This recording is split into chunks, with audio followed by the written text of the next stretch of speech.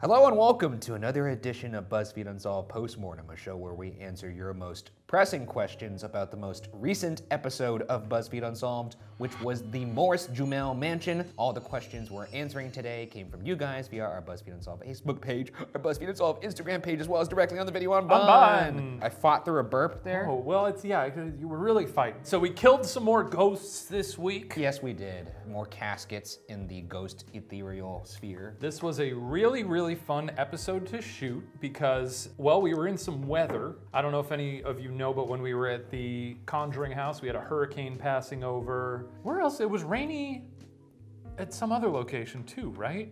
It was raining. Oh, Gettysburg. Yes, Gettysburg. It was pouring, yes. And then this location, we got to go to the Big Apple. It was great. You know, we don't often get to go to metropolitan areas. That's right. One last city bar crawl for the cool boys. We hung out with one of Shane's childhood friends. That's right. Shout out to Alex. Shout out to Alex. Lorne, our DIT, met up with us in Brooklyn. Really fun. I fear that Alex never left that bar. No, he's fine. Mentally. He's fine. And honestly, there's probably more haunted locations in New York. It's a shame we were never able to do more of them. That's true. This location in particular, sort of perched up in Harlem on a hill that just overlooks the city, and it's beautiful. It's Harlem's gem, as they say. It was gorgeous. Let's answer some questions. Let's start off on YouTube. I'm actually gonna two for these because they're about the same incident. We're just gonna jump right into it. Juicy toosey. This comes from Birdspiracy, #Postmortem. How do we know that the whistling wasn't just air passing through small gaps in the windows? This is pretty common for old builds that have been weathered by time or even just any place with badly installed windows.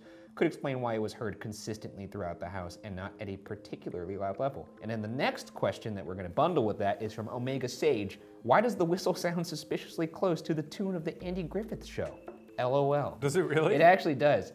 And it kind of plays into my explanation for the first question. I do not think that one was the wind. No, I don't think that was wind. Because it did change in pitches and whatnot. And it actually was more concentrated in the two rooms, that one and then the basement. We did hear it a little actually in Georgie Boy's room, George Washington's room, but it was so light.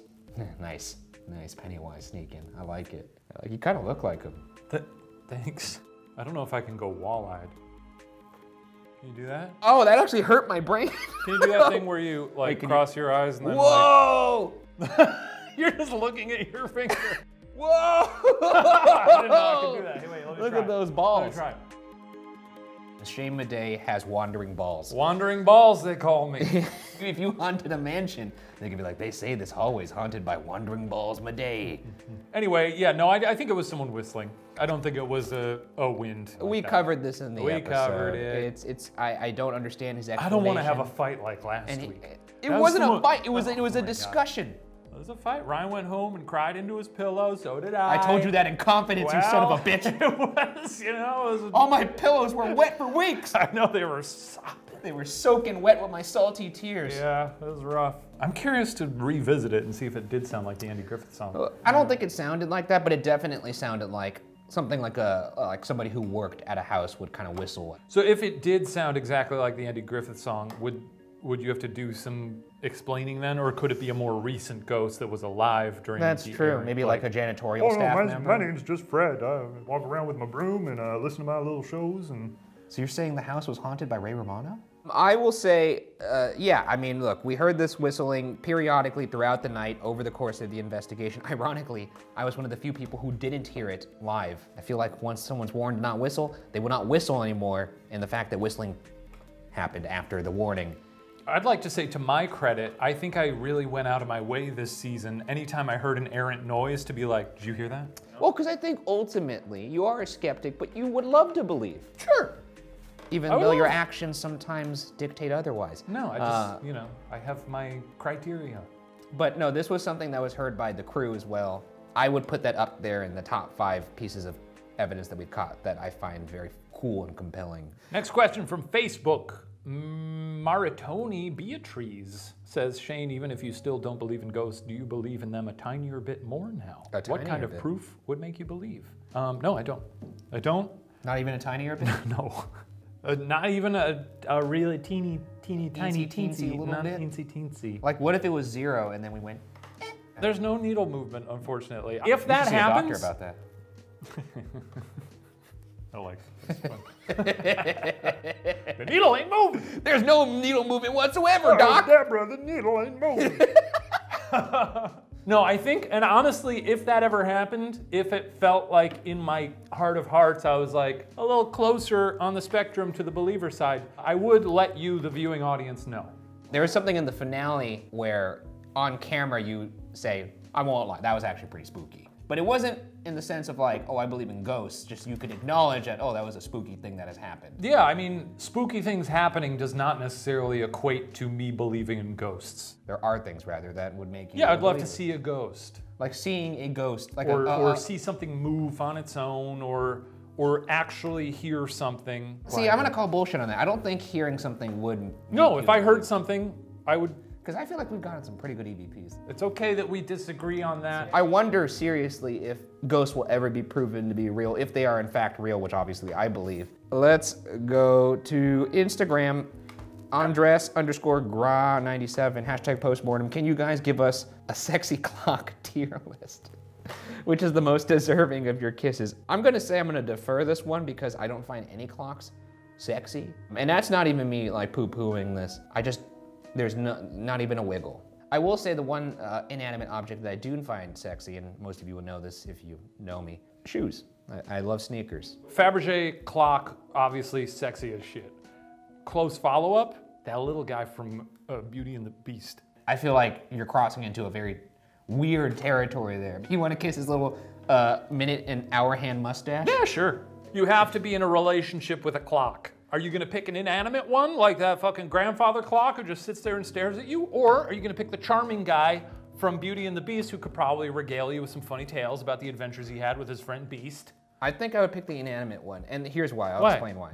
If I'm saying I am in a relationship with a clock, people are obviously gonna think I'm insane. And it's like, well, it's an inanimate clock, he's insane. But if I say I'm in a relationship with a clock, he talks. And has really funny stories. Yeah. Now I'm even more insane. So you just kicked my Jordans. Yeah. Now I have to kill you. This is a bad desk. Anyway, so that's that question. Next question, let's go over to YouTube. This is from Madeline Schneider. Shane, did you purposely not say goodbye? And if so, have you seen the Ghostie around? I did. I don't know if you caught that. When we were leaving, you were like, said if you don't say goodbye, she follows you home. And I let you say goodbye, and I very intentionally did not say goodbye. Oh, I didn't realize it. Yeah. I thought you just assumed I was saying goodbye for the both of us. You were saying goodbye, and I was like, I wonder if he'll. Well, we're package deal. I thought you might be like, aren't you going to say goodbye? Well, we aren't package deal. But I very intentionally did not say anything, just to see.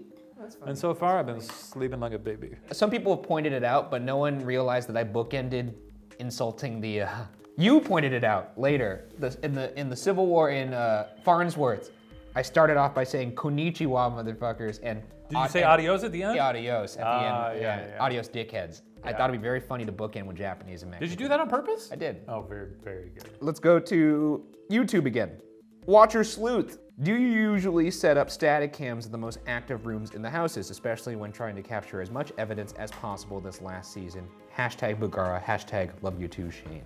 Thank you. When I have those static cams, I place them in the areas that are either the most active, or if there's like something that physically moves, like a drawer opening, or like a person, a shadow figure or a prominent figure is seen to appear here, just in hopes that I would capture it. The static cams, honestly, have resulted in more evidence this season than any other season. Have they really?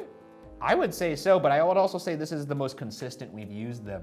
That's also true. Well, we've also lucked out in this season in that most of the places we've gone to have electricity. So we were able to plug in the static cams for longer, like the entirety of the shoot. Yeah, definitely a concentrated effort on my part to put those in active rooms. This is from Facebook for Postmortem. Okay, with the show ending, this is my last chance to include it. Typo there, I'm sure. Yeah, I'm sure, yeah. What does Ricky think about the show ending? Not gonna lie, that bit last episode when Ryan spaced out was freaky. Hashtag Postmortem. Hashtag Bugara. Hashtag Ricky Goldsworth. Ryan, you want to handle that one? I think that I'm free now. That's what I think. The show is ending, and now I don't have to be in the confines of your stupid little YouTube videos anymore. BuzzFeed Unsolved. You're the host. Do you listen? Yeah, like, what are you talking about? What do you mean? Do I listen? I listen. Not for long. What? Ryan? Nothing. Nothing. Ryan? Are you all right, man? What are we talking about? We're talking about the clock this or guy's something? cuckoo. We're talking about the clock or We're something? talking, no, we talked about the clock like 10 minutes ago. We were talking about Ricky Goldsworth. Who fuck's that? You still don't know who he is after all these years. Why do you keep saying that? Was that, oh, that's the dude you were pointing at when you were looking at my ass. Sort of, yes. I wasn't looking at I mean, your it ass. looked like you were overtly looking at my ass. I mean, it was just I mean, can you blame strange. him? You know what I'm I saying? held that thing together with safety pins. Yeah, that's true. Barely. Barely. It was banging on the door. Like you were about to shit your pants? No. I was like, the buns were trying to escape. That could be the only way to elevate that scene. Maybe. Yeah. Shitting my pants? Yeah, honestly, I'm the- surprised that hasn't happened on the show yet. Or the safety pins snapping. Parting like the Red Seas. Yeah, that's right, baby. Just cheeks out, baby. As much as I wish that we were done with sort of the flatulent era of our show, there's something coming up this week. Oh yeah, there is. It's just... It's a shameful moment. It's a shameful moment. It is. It was very accidental. And Was it? No, it really was. It didn't seem accident. I could see you I actively. thought it was... Okay, we don't want to spoil it. We'll talk about it next week.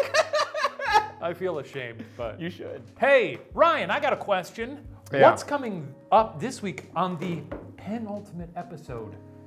2 left. 2!